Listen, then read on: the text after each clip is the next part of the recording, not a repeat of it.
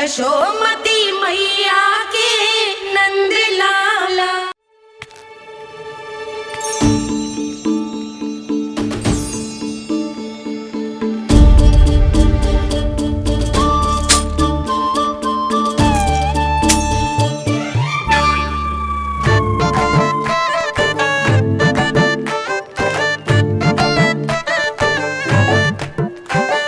देख वसंता, अब कैसे सारा का सारा माखन बेचकर जे धनी ग्राहक से धन बटोर लेती है तेरी मैया।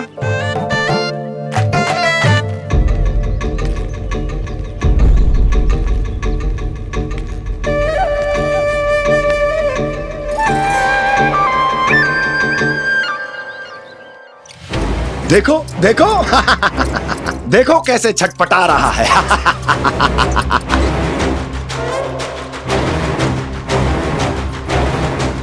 अपने प्राणों को बचाने के लिए कितना व्याकुल है, कैसे इस जाल से मुक्त होने के लिए तड़प रहा है।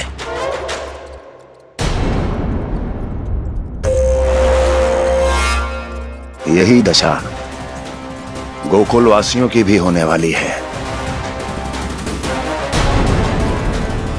क्योंकि वो भी शीघ्र ही इस चूहे की तरह लोभ के जाल में फंसने वाले हैं। आओ आओ श्रीमान, पधारो। सब झटक लूंगा। हैं? हाँ? सब ले लूंगा।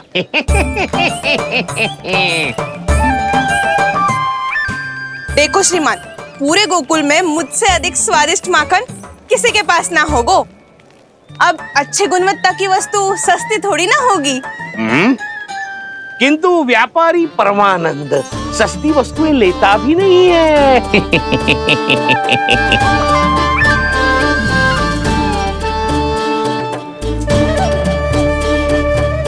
एक बार फिर सोच लो श्रीमान, हर मक्खन के मटके के बदले पूरे 2 सिक्के लेती हूँ मैं।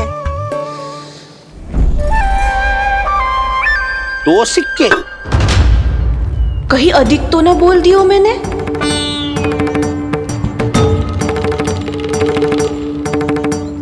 पर आप मेरे यहाँ पहली बार आए हो ना, तो हर 2 मटके पे 1 सिक्का कम कर दूंगी।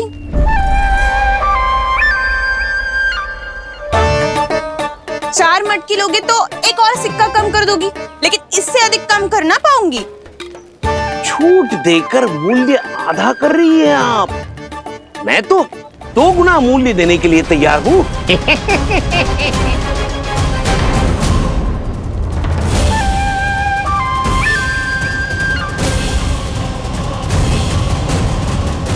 दो गुना मूल्य? 2 गुना मूल्य तो दूंगा, लेकिन मेरी एक शर्त है। सारी की सारी मटकियां चाहिए मुझे।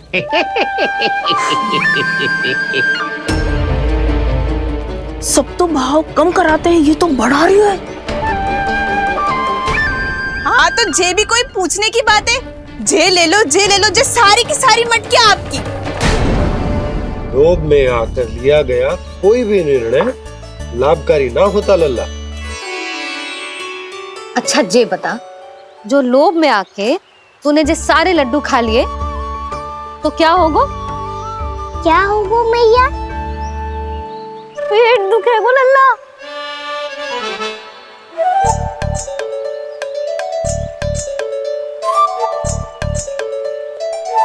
पीड़ा होगी, स्वास्थ्य बिगड़ जाएगो, फिर सोच ले तू घर से बाहर ना निकल पाएगो।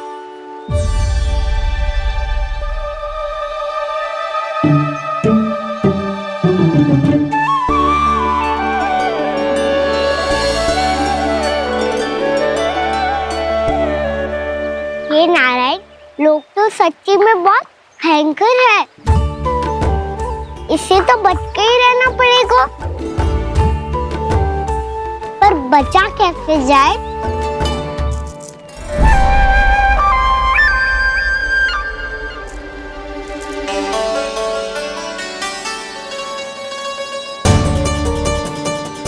अब फंस गए गांव वाले। जैसे ही ये मेरे सिक्कों की चमक दमक खनक देखेंगे, मेरे जाल में ऐसे फंसेंगे जैसे कि ये मूर्ख स्त्री।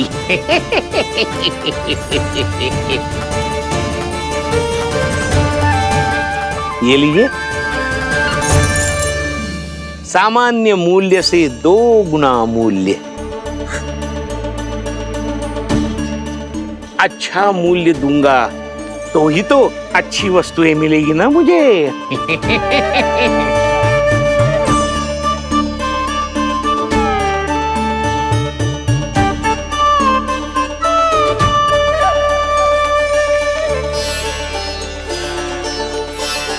भाइयों, मैं मथुरा का सीधा साधा व्यापारी परमानंद हूं। मेरी मिठाइयां विदेशों के अनेक राज्यों में बेची जाती है, इसलिए मुझे सदैव सर्वोत्तम दूध के उत्पादों की आवश्यकता होती है। तो जैसे ही मुझे पता चला कि गोकुल में दूध के सर्वोत्तम उत्पाद मिलते हैं, मैं यहाँ चला आया।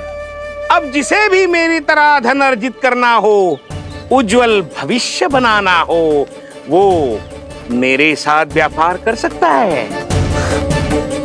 बस आपको मुझे एक वचन देना होगा।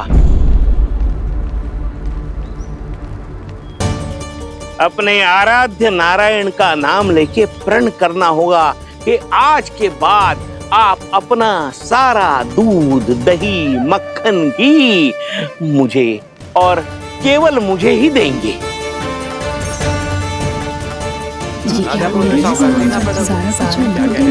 ताकि इनका प्रबंध करने के लिए मुझे कहीं और भटकना ना पड़े।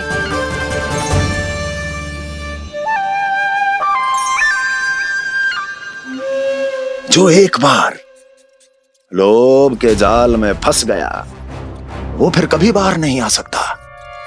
अधिक से अधिक और अधिक और अधिक पाने के लोभ में अपना सब कुछ खो बैठता है।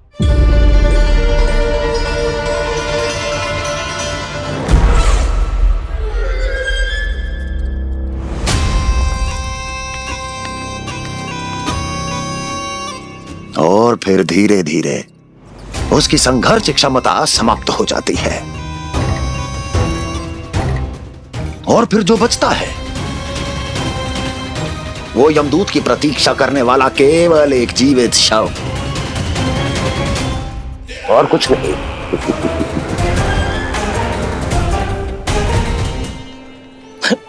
आपको अभी निर्णय लेने की कोई आवश्यकता नहीं है। मैं परसों सूर्यास्त के समय एक बार फिर आऊंगा, तब आप अपना निर्णय मुझे बता दीजिए। किंतु मेरे साथ व्यापार करने पर क्या होगा, इसकी मैं झांकी दिखाऊंगा आपको।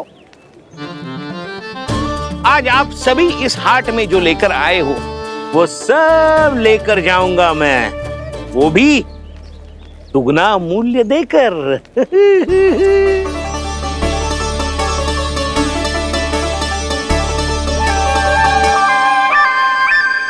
मैं तैयार हूँ व्यापारी जी। तू खड़ी खड़ी मुँह क्या देख रही है? चल सारी मटकियाँ लेके आ। हाँ भैया।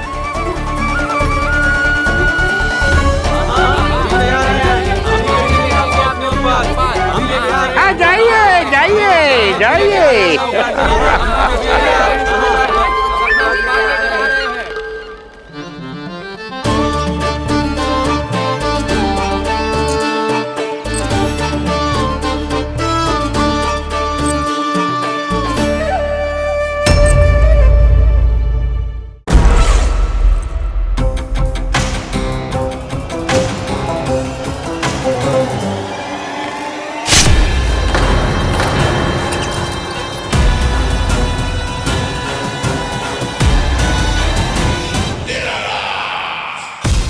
बस इसी तरह जब गोकुल के वासी थक हार कर मेरे चरणों में गिर जाएंगे, क्षमा मांगेंगे, गिड़गिड़ाएंगे, दया की गुहार लगाएंगे,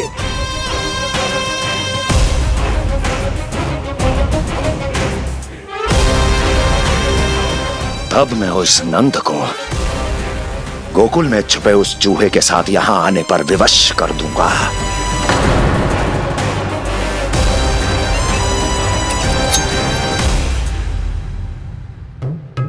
इसे तो मैंने प्राण दान दे दिया, उसे नहीं दूंगा। अरे वचन जो दिया है तुम्हें कि सबसे पहले मैं तुम्हारी इन आंखों के सामने उसके प्राण लूंगा और फिर तुम्हारे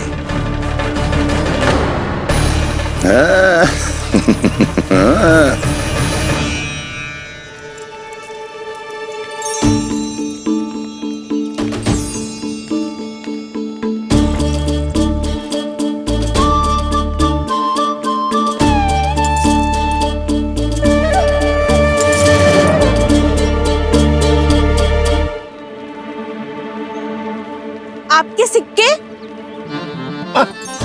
अब कौन उतरे, कौन झुके, कौन उठाए? रहने दीजिए, ऐसा समझेंगे धरती माता को दान दे दिया। चलो भाई चलो।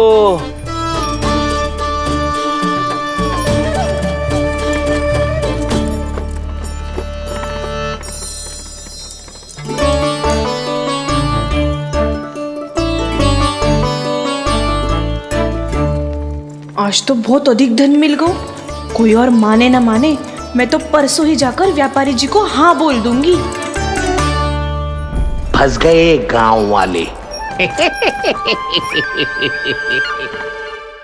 बोलो ना आप दोनों, लोभ वाले राक्षस से कैसे बचा जा सकता है?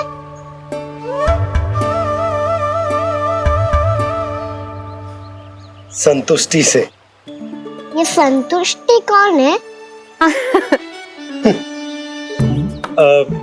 संतुष्टि एक साधारण सी कला होती जिसमें प्रवीण होने के लिए एक बात सीखना आवश्यक है कि हमारे पास जितना है उतने में प्रसन्न रहना चाहिए। पर अधिक मिल जाए तो अपने परिवार या अपने सखाओं के साथ या किसी ऐसे व्यक्ति के साथ जिसे उसकी आवश्यकता हो बांट लेना चाहिए, ताकि सबके पास पर्याप्त हो और किसी को भी कछु कमी ना हो। किसी को वस्त्र के बिना रहना ना पड़े, भोजन के बिना सोना ना पड़े। और वैसे भी कान्हा, हम जितना अपनी वस्तुओं को बांटते हैं ना, उससे कई गुना अधिक नारायण हमें दे देते हैं। पर मैया, बस अब शेष प्रश्न घर जाके पूजा पूरी करने दे मुझे।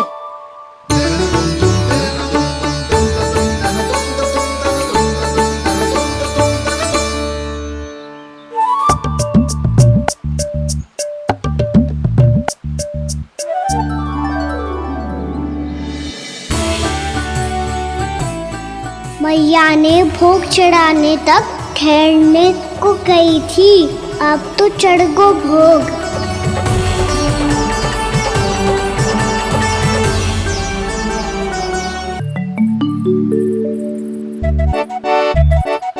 बाहर आ जाओ, सबके सब लड्डू लाया हूँ तुम्हारे लिए। हम तो तुझे भाव करके भयभीत करने वाले थे। तुझे कैसे पता चला और कब? जब से तुम सबने हाथ में मेरा पीछा करना आरंभ किया था, तभी पता चल गया था मुझे। मैं भी तुम सबके साथ आने वाला था, पर मैया ने रोक लियो। इससे पहले कि मैया मुझे रोक ले, भागो।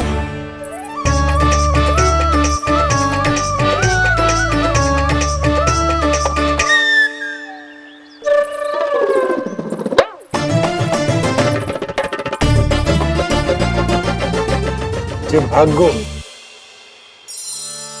और लड्डू भी ले गो।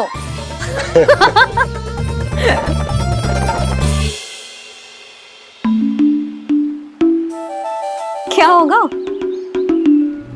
फिर लड्डू लुप्त हो गए, लल्ला लुप्त हो गए, परंतु तुम्हारा घबराया हुआ स्वर अभी तक 10 दिशाओं में ना गूंजो।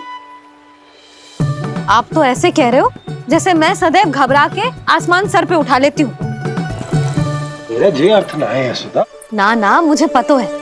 मैं लल्ला को लेके अधिक चिंतित हो जाती हूँ, पर इस समय मुझे कछु चिंता ना है, क्योंकि मुझे पता है वो लड्डू लेके सीधा कहाँ गया होगा।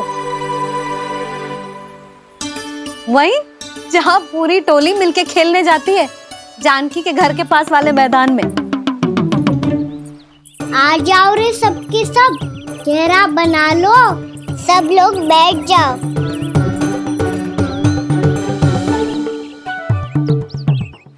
वहीं पेड़ के नीचे बैठ के सबको लड्डू बांटे गोजे। लो मधुमंगल, ले सुबल,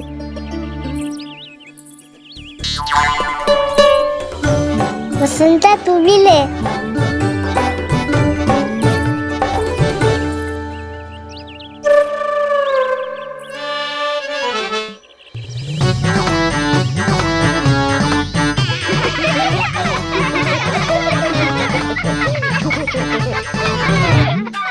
सुनी ना मैया ने क्या की? तो बहुत भयंकर ऋतु है, बहुत भयानक। ताई जी ने ये भी तो कही थी कि आवश्यकता से अधिक की इच्छा करना लोभ हो तो है, पर मेरी तो आवश्यकता ही अधिक है कान्हा। इतने भारी बर्तन तन में एक लड्डू कहाँ जाओगो, कुछ पता भी ना चलोगो। फिर तुझे दो ना 4 लड्डू देने पड़ेंगे।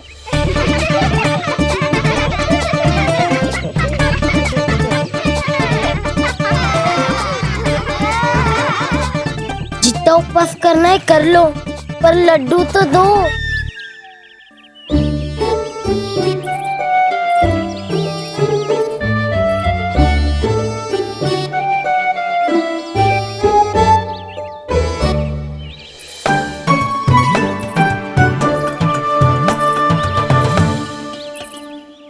और जैसे ही जे बालक लड्डू खाने को होंगे, उनके मुंह तक पहुंचने से पहले ही कान्हा उन्हें रोक देगा। रुको,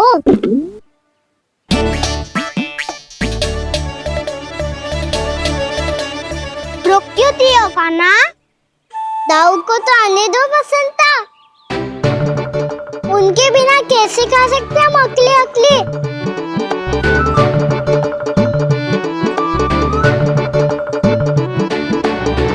पर तुम्हें ये सब कैसे पता यशोदा?